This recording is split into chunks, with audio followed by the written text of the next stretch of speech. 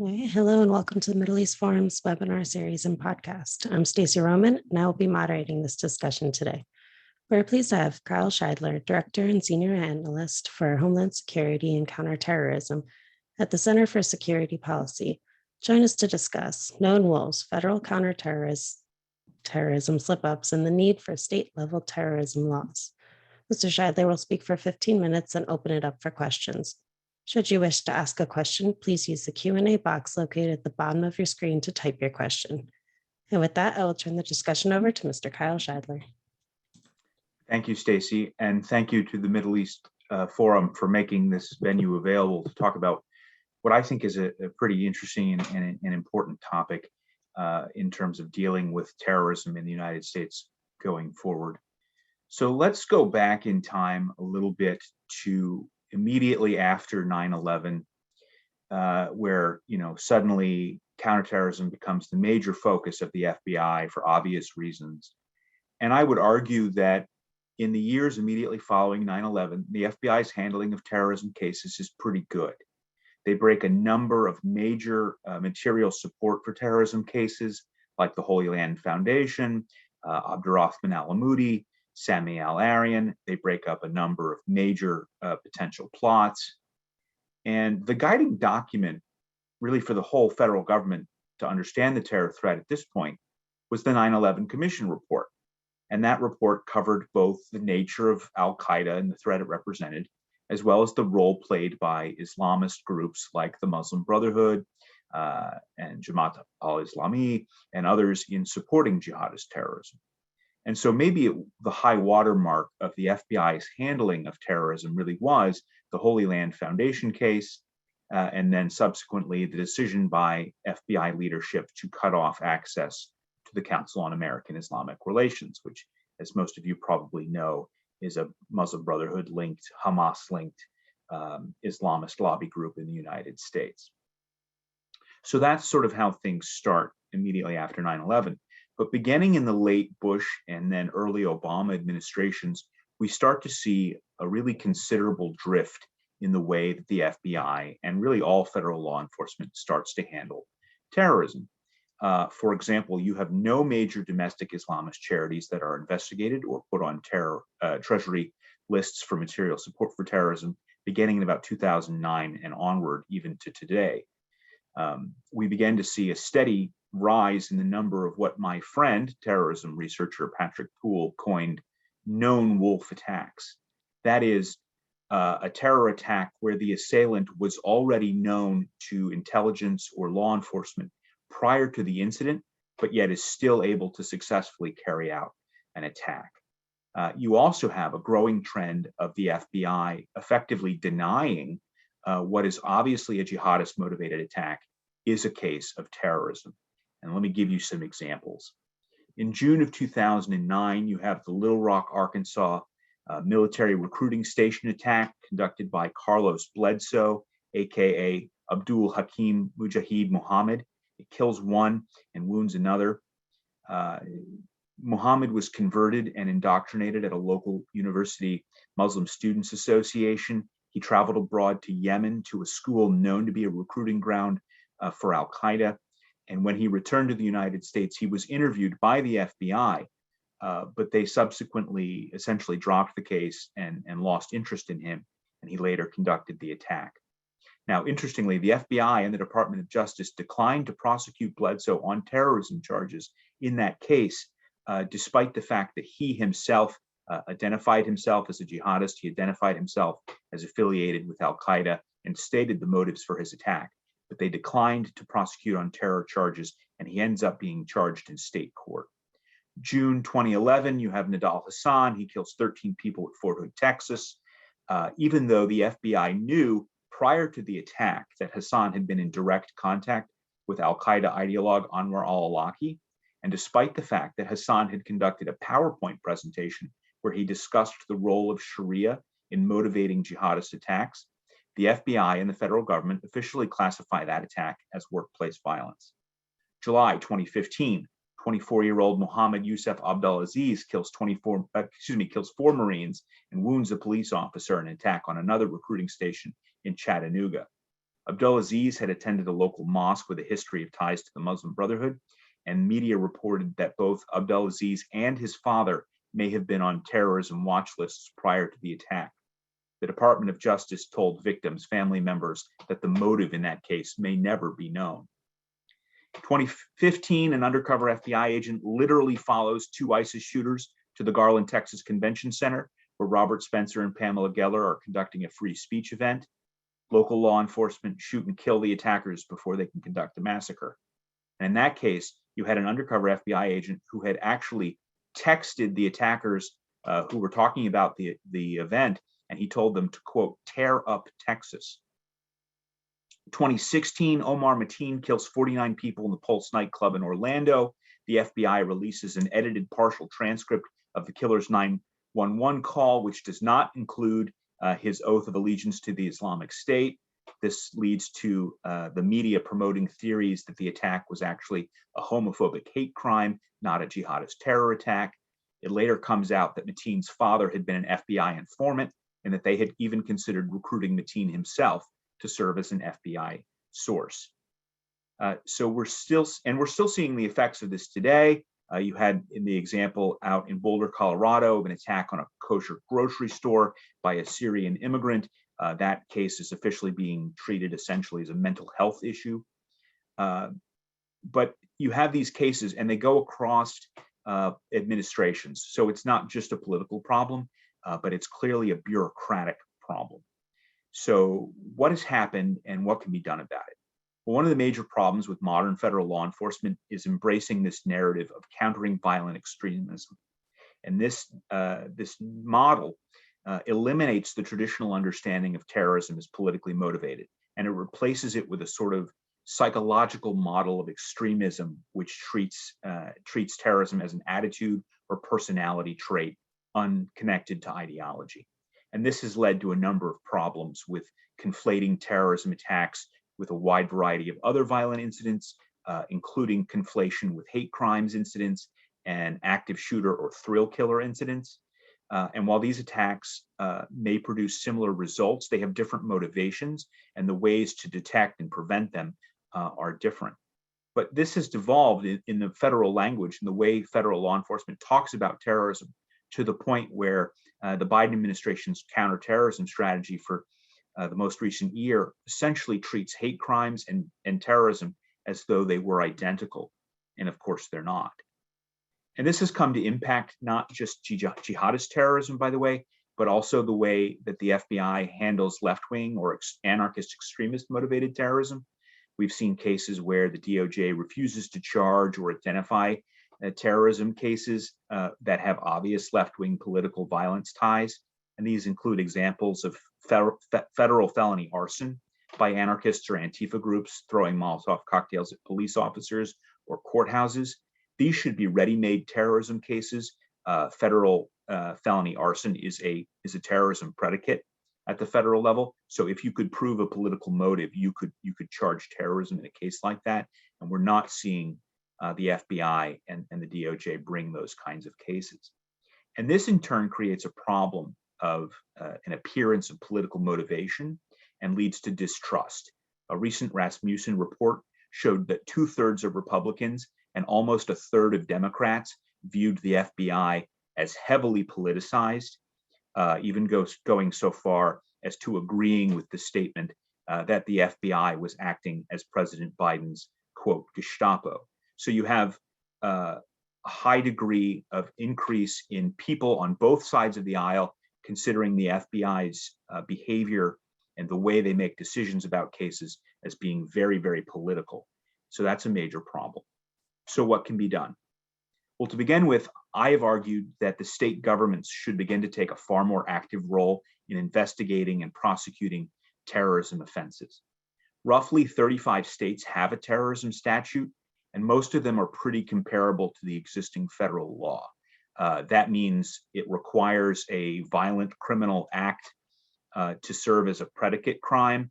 I mentioned arson, but also things involving explosives, things involving assassinations or attempted attacks on elected officials or government agents, for example, might be included in that. and there are a wide variety of other predicates, but it's pretty similar to what exists at the federal level.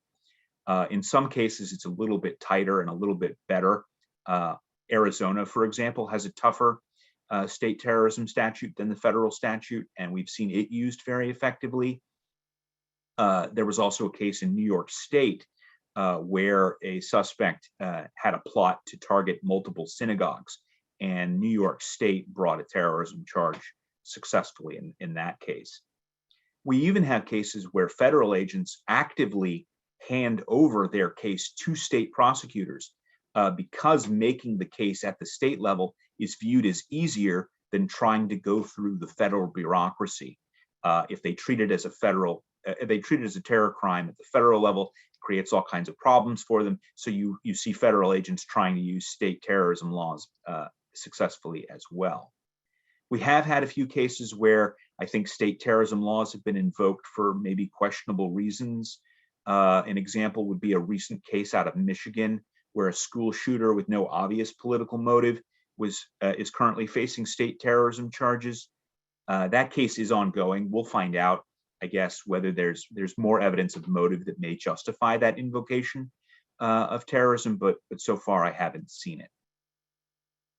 The other problem we have with bringing in state level law enforcement and local level law enforcement to dealing with terror threats is right now the process of dealing with terrorism really goes primarily through the Joint Terrorism Task Forces, which are led by the FBI.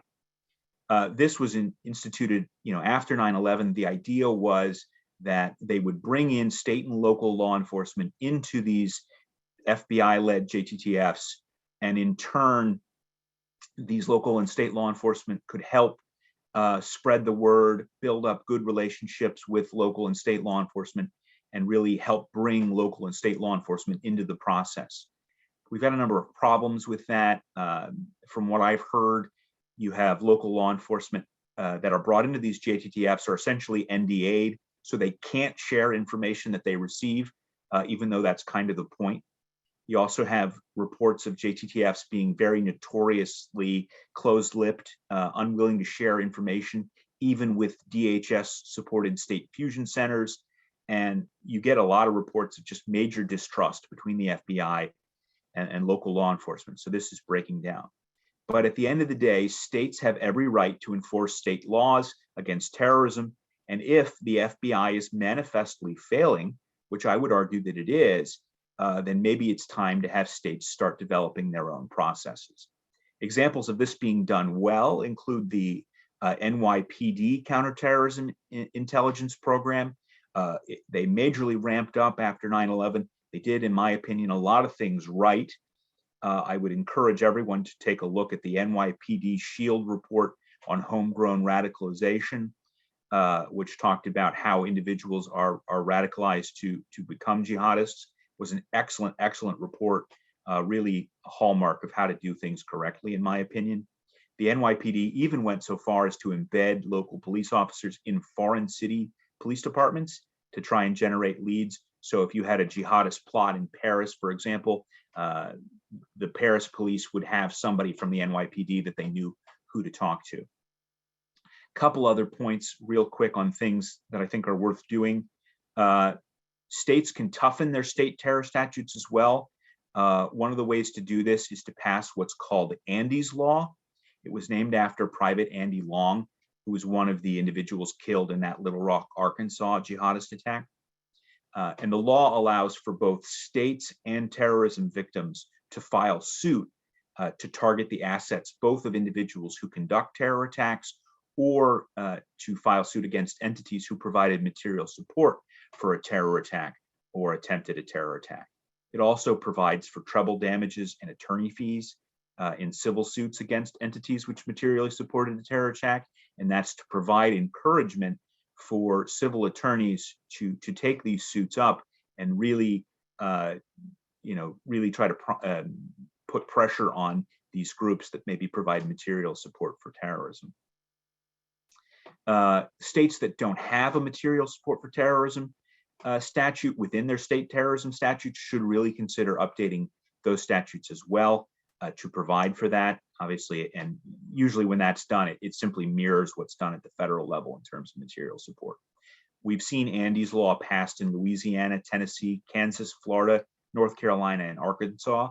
And in the next couple of years, I'd like to see that really increase. The other issue, and I know I'm short on time, that I think is worth states picking up is in the next couple of years, we are going to see convicted terrorists released from prison in record numbers. We have a lot of people that were convicted of terrorism shortly after 9/11, and those who received relatively short charges, short sentences, I should say, usually related to things like trying to travel to Syria to join the Islamic State. The sentences in those cases not terribly long. And so I would encourage states to consider adopting a terrorist offenders registry for convicted terrorists. This operates in the same way as a sex offenders registry, so it only applies to convicted terrorists, but it would require a convicted terrorist to notify local law enforcement when they move to a new jurisdiction. And this gives local law enforcement an idea of who in their neighborhood is a potential threat. We have seen major attacks from recidivist terrorists in the United Kingdom and in France, and I am concerned that we will see similar attacks here in the United States. And so this would be one way to try to give local law enforcement some tools to head that off. In the case of Louisiana, they actually passed a law that said that the state police database would have a flag so that local police officers would know if they were interacting with a convicted terrorist, say during a traffic stop, or if they're called to a home. So I think those are good examples of ways that we can get state and local law enforcement engaged in the fight against terrorism, and we can start developing alternatives to the failed model that we're currently seeing at the federal level. And I will leave it at that for questions. All right, thank you so much. Sorry. Real quick, before we get into too many questions, can you just sum up why you think the FBI is unwilling to publicize these Islamist motivations? Is it because of the bureaucracy, or is it easier at the state level, or because it's so politicized? I think it's a number of things. I think it's politicized. I think given the nature of the countering violent extremism narrative and the kind of training that the FBI now gets and gives on terrorism, they have a very low understanding of jihadist motivations. You had the example in Colleyville, Texas, where the individual took over a synagogue in a hostage taking in an attempt to release convicted al-Qaeda terrorist Afia Siddiqui. And the FBI comes out and says that he was motivated by a single incident or a single topic unrelated to the Jewish community. Well, no, clearly not. Clearly, he understood, or he believed anti-Semitically, that somehow the Jews had an ability to get a terrorist who was convicted and in prison out of jail. So, and you understand, obviously, the jihadist motivation and both in having the terrorists released and also in targeting Jews. So the fact that the FBI isn't able to understand that in a case like that is very worrisome. Thank you. David Levine asks, the FBI and local police forces conspicuously avoid mentioning the race of the perpetrators when the assailants are Black and Latinos. Isn't the FBI's silence about Muslim terrorists an extension of a deliberate policy to avoid revealing the true disproportionate numbers that the left's favorite minorities play in perpetrating crime in the U.S. today? So you definitely do have a lack of desire to identify suspects, to release names. After a terrorist incident in the United States, everybody's sort of holding their breath to figure out what the suspect's name is going to be in order to try to figure out what the motivation might be. And in part, that's because federal law enforcement is not being forthright about who the suspects are and what motivated them. And so that's a really, it creates all kinds of political problems. It leads to distrust between the citizenry and federal law enforcement when the federal, the feds can't simply be open and honest about who committed a crime and why they believe they committed them, why they believe they committed it. And that's a problem. Thank you. Carolyn Cohen asks, you mentioned Antifa as an example of leftist theory, terrorist bombing of courthouses, etc. Are there also Black Lives Matter terrorists acts under the leftist incitement area? Yeah, sure. You certainly have you have a wide swath of what I would term broadly left-wing extremism. That's the term that groups like German intelligence use to describe their own actors. And within that, you have anarchist extremists, which are like your Antifa types. You also have more traditional Marxist terrorists. You have Black identity extremism, is what the FBI used to call it.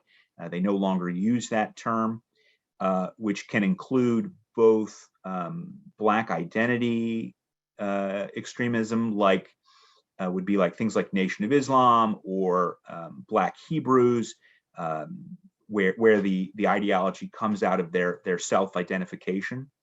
And then you also have examples of Black separatist violence, which comes out of sort of a left-wing model. So you have the traditional Black Panthers back in the 1960s, 1970s, who were ultimately Marxists and sort of similar ideologies today. So within that milieu, you have a lot of different ideologies. But yeah, there's violence that comes out of that. Thank you. Dennis D. Karp asks, why do you think Pompeo has not pushed DOJ indictment or investigation against Iran for assassination plan? Sure, that's a great question. So you had the case when was that? But you had the case where the IRGC had apparently worked with an Iranian in Texas or on the border to try to recruit cartel members to conduct a bombing in Washington, D.C. that would have targeted the Saudi ambassador and maybe a number of other individuals.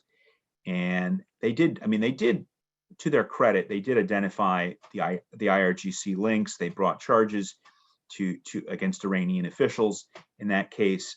But I think they really could have turned up the volume on it, and they haven't done that.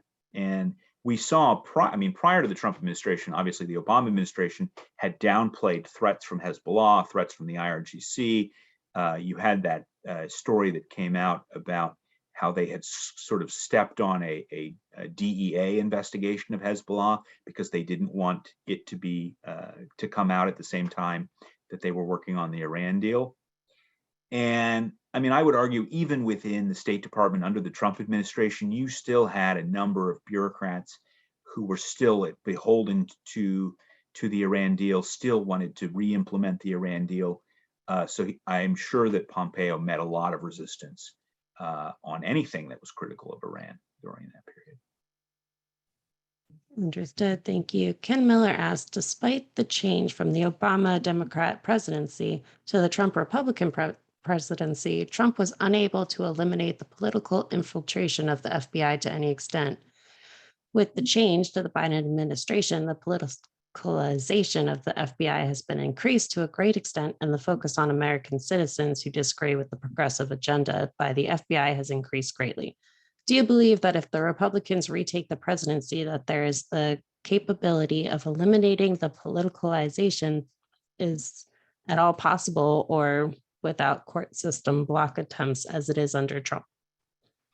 So obviously the Trump administration ran into serious problems when they had fired one FBI director, and then subsequently the second FBI director, Wray, was in a lot of ways not a whole lot better on some of these issues. And no, there was very little progress by the Trump administration in rolling back the FBI's behavior. A lot of this is deeply bureaucratic. The FBI structure gives a great deal of power to the Washington field office and to the bureaucrats that run it. So a lot of your hard-charging field agents in field offices around the country who really just want to go catch bad guys are forced to do tours through the Washington field office if they want to get promoted. They have to run things up the flagpole at the Home Office if they want to do any kind of aggressive investigations sometimes, all of which leads to politicization. And I think the questioner is right when he says that the inability of the Trump administration to address this problem did encourage the Biden administration to make it worse. I have argued in the press that the Biden counterterrorism strategy at this point really is just a list of things that the Biden administration is being heard on politically.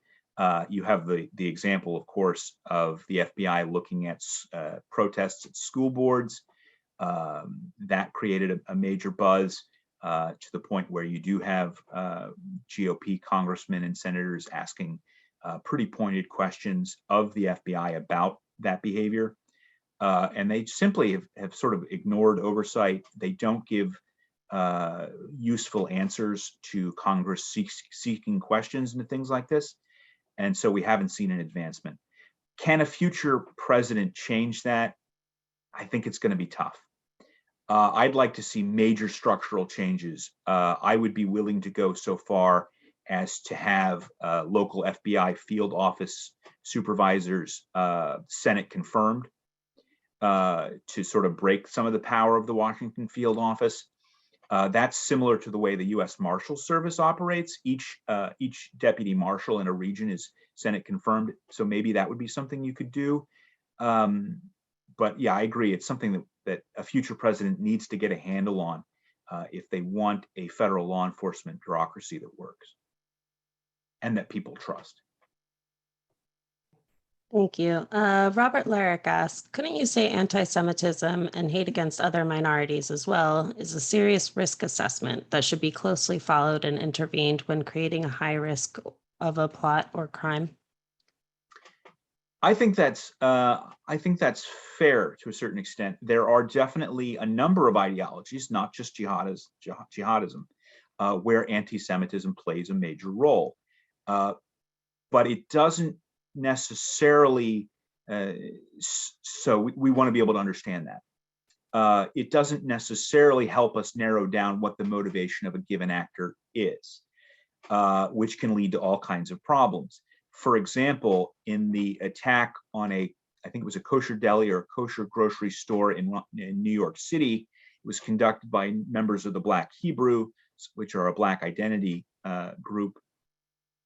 There was actually a U.S. Congress terrorism legislation that included that incident as an example of terrorism committed by white supremacists, even though it was committed by Black identity extremists.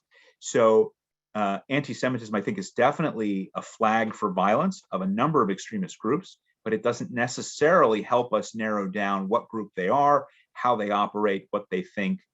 So you can start there, but you can't stop there. You've got to do more work. You have to understand each ideology on its own.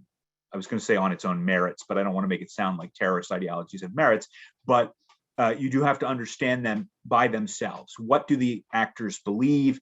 Why do they believe it? How did this ideology come about? What are the different sects and behaviors? All of these things need to be understood on their own merit for each group or each ideology, in my humble opinion.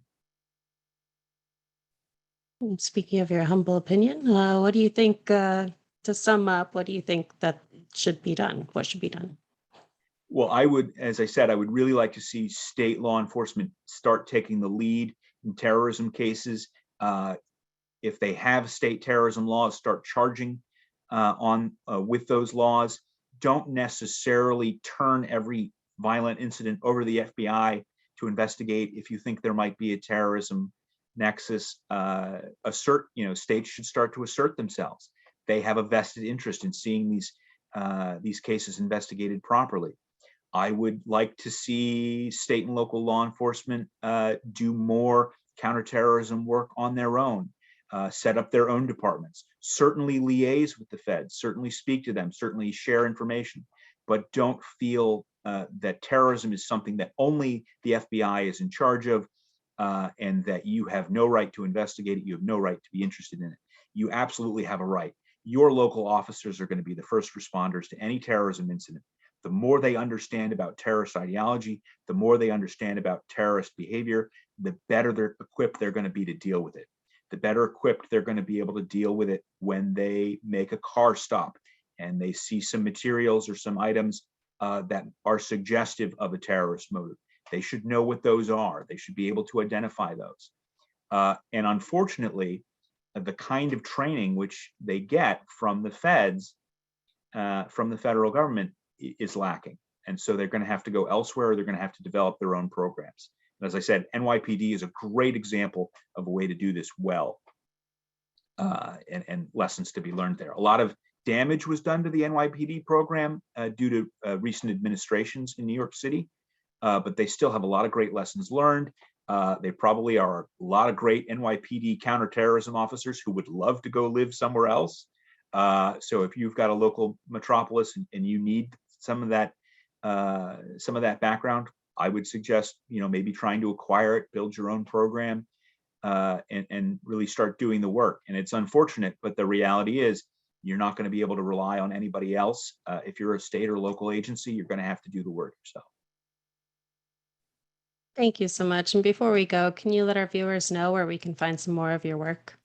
Sure. They can find all of my work at the Center for Security Policy, which is available online at securefreedom.org. I'm also on Twitter at Shideler K. It's just my last name, K.